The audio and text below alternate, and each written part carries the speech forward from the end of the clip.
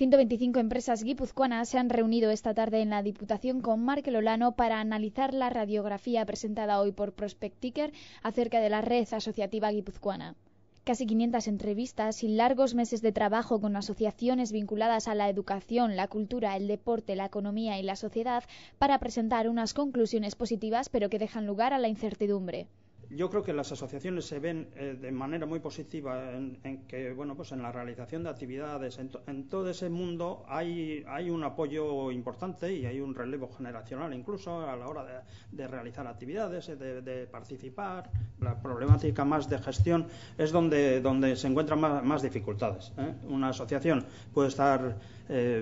viviendo pues unos momentos dulces en el sentido de organizar actividades y de desarrollar y de que la gente participe junto con ellos, pero luego internamente rascando, pues todos nos planteaban que en muchos casos pues ese relevo generacional, sobre todo en la parte más directa de gestión, es donde habría que, y es donde están un poco las dificultades. 6.000 colectivos forman parte de esta red de asociaciones que mantienen una estrecha relación con la Diputación con el fin, como ha comentado el propio Olano, de mejorar la sociedad.